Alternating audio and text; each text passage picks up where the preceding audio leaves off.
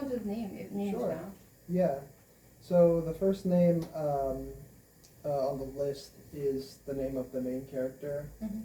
In the main show, it's pronounced Aang, but in the movie they made later, it's pronounced Ong. And then they have Chinese characters here. I think that's just I'm not sure like why they. I think it's because in the show all of the writing is in Chinese, Yes. like in the show. So even if something's like in another language, it's all the writing in the show is Chinese. But how common is the name Aang or Ong Okay. in Sherpa culture? So Chaz, right? Yes. Yeah. Chaz. Okay, so Chaz ले चाहिँ के भन्दैछ भने उसले चाहिँ मलाई यहाँ नामको लिस्ट धेरै दिएछ अनि यो नामहरू चाहिँ सबै टिबेटन हो कि नेपाली हो कि अब टिबेटन र शेर्पा हाम्रो सबै एउटै हुन्छ सो नामहरूको बारेमा सोध्नुको लागि चाहिँ अब स्टार्ट गर्दैछ अब मैले भने जस्तै अघि त्यो कार्टुनको मेन क्यारेक्टर मेन मान्छेको नाम चाहिँ आङ आङ हो हामीले चाहिँ द्याट्स हाउ वी प्रोनाउन्स आङ हैन सो त्यसको बाद आङ भनेको चाहिँ हाम्रो शेर्पा टिबेटन कल्चर्सहरुमा चाहिँ केलाई भन्छ र कसरी युज गर्छ लाइक प्रोनाउन्स कसरी गर्छ शेर्पामा हजुर अब हाम्रो शेर्पाको आङ भन्ने शब्दमा अहिलेसम्म कुनैले एक्सप्लेन गरेको डिटेल त्यसो मैले केही पनि हेर्नु पाएन होइन अब म मेरो व्यक्तिगतको मैले अलिकति यसमा खोजी गरेर एक्सप्लेन गर्दाखेरि यो आ र ङ जोडेर आङ भएको एङ चाहिँ होइन आङ हुनुपर्छ अब आ र ङ किन जोड्यो भनेदेखि म अलिकति यसमा डिटेल ल्याउँछु होइन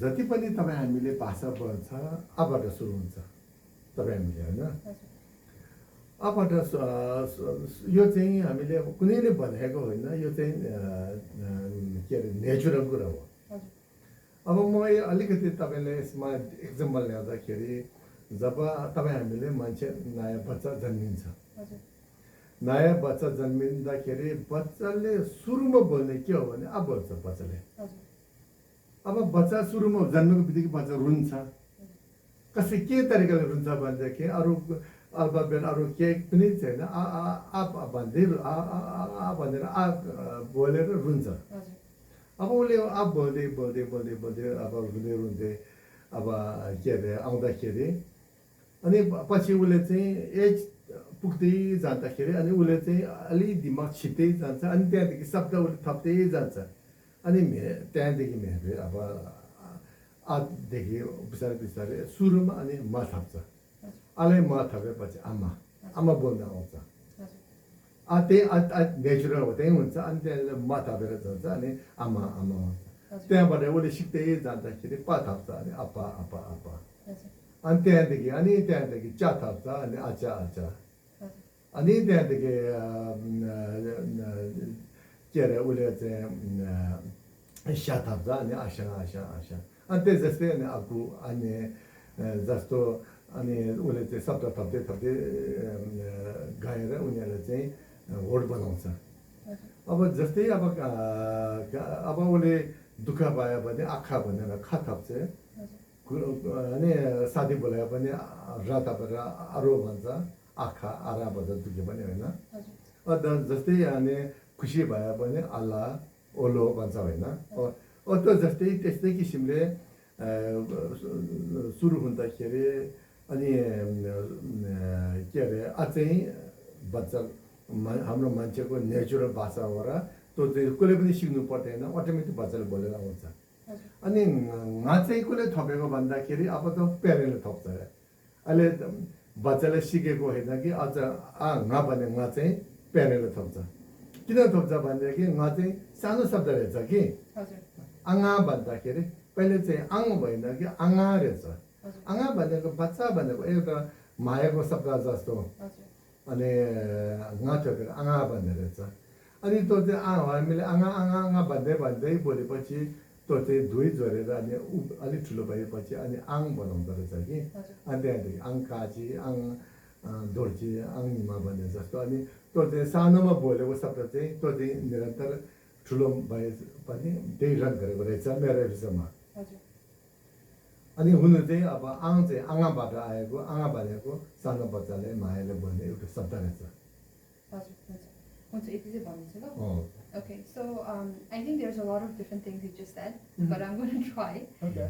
So the first way he started the breaking down the word ang, right? Mhm. So it's actually anga Okay. within the Sherpa culture. Okay. Anga basically means somebody who's like a baby or young. Okay. Anga. And then when he broke down the word anga, for example, a is like the first letter of any alphabet, Mhm. generally.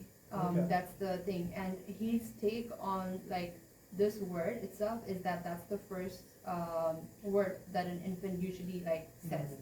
Yeah. And the way within the Sherpa culture is like your relationship to your parent or to like anybody within the community. So from a, it goes on to like adding the word like ma, basically ama, which is mother.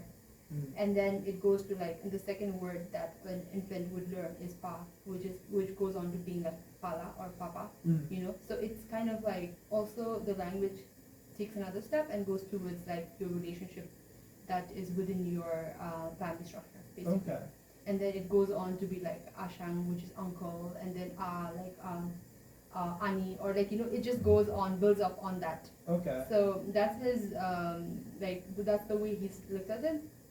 And then nga is basically just one of the letters that the parent has just added. Mhm. And then anga together means somebody who's younger or like somebody who's a baby. Okay. And then it kind of evolved into ang, which Okay. basically is just added as like like for example, if there is 3 brothers and the youngest would generally like be like an ang pasang, ang dawa, ang something, Mm, right? So it's okay. basically like kind of also denotes the youngest. Okay, so it's attached as kind of like a prefix Yes. to the youngest siblings Yes. or the youngest child's Mhm. name. Chinese. Okay. Ngayon bisa mo yung Tibetan ko ba niya na Nepali ko ba niya na about pure shot of siya po basa mo niya wala just malalasa. That's right. Yeah, so this ang itself is like quite central to the Sherpa culture. Okay. We have a lot of similarities with the Tibetan culture and Tibetan names, but this is quite unique in terms of Okay. the relationship and in terms of how it is used across the Sherpa culture. Okay, awesome. Yeah, that was one of Tibetan is my... ambol din na. As Tibetans, they don't use the word ang. Yeah, in my research... Meron sila bolin. Kaya po sila bolin. Yeah, in my research, because I researched, you know, a little bit before Mhm. coming here, you know, and I've known a few Sherpa people Mhm. before, Mhm. and I've never met a Tibetan person with the name Mhm. Ang, but I've met Tibetan plenty of Sherpas with the Ang. name Ang. Yes. Yeah. Okay. So yeah, I mean that's where ang comes from anga, Okay. which basically means somebody who's the youngest or little or an infant. Okay.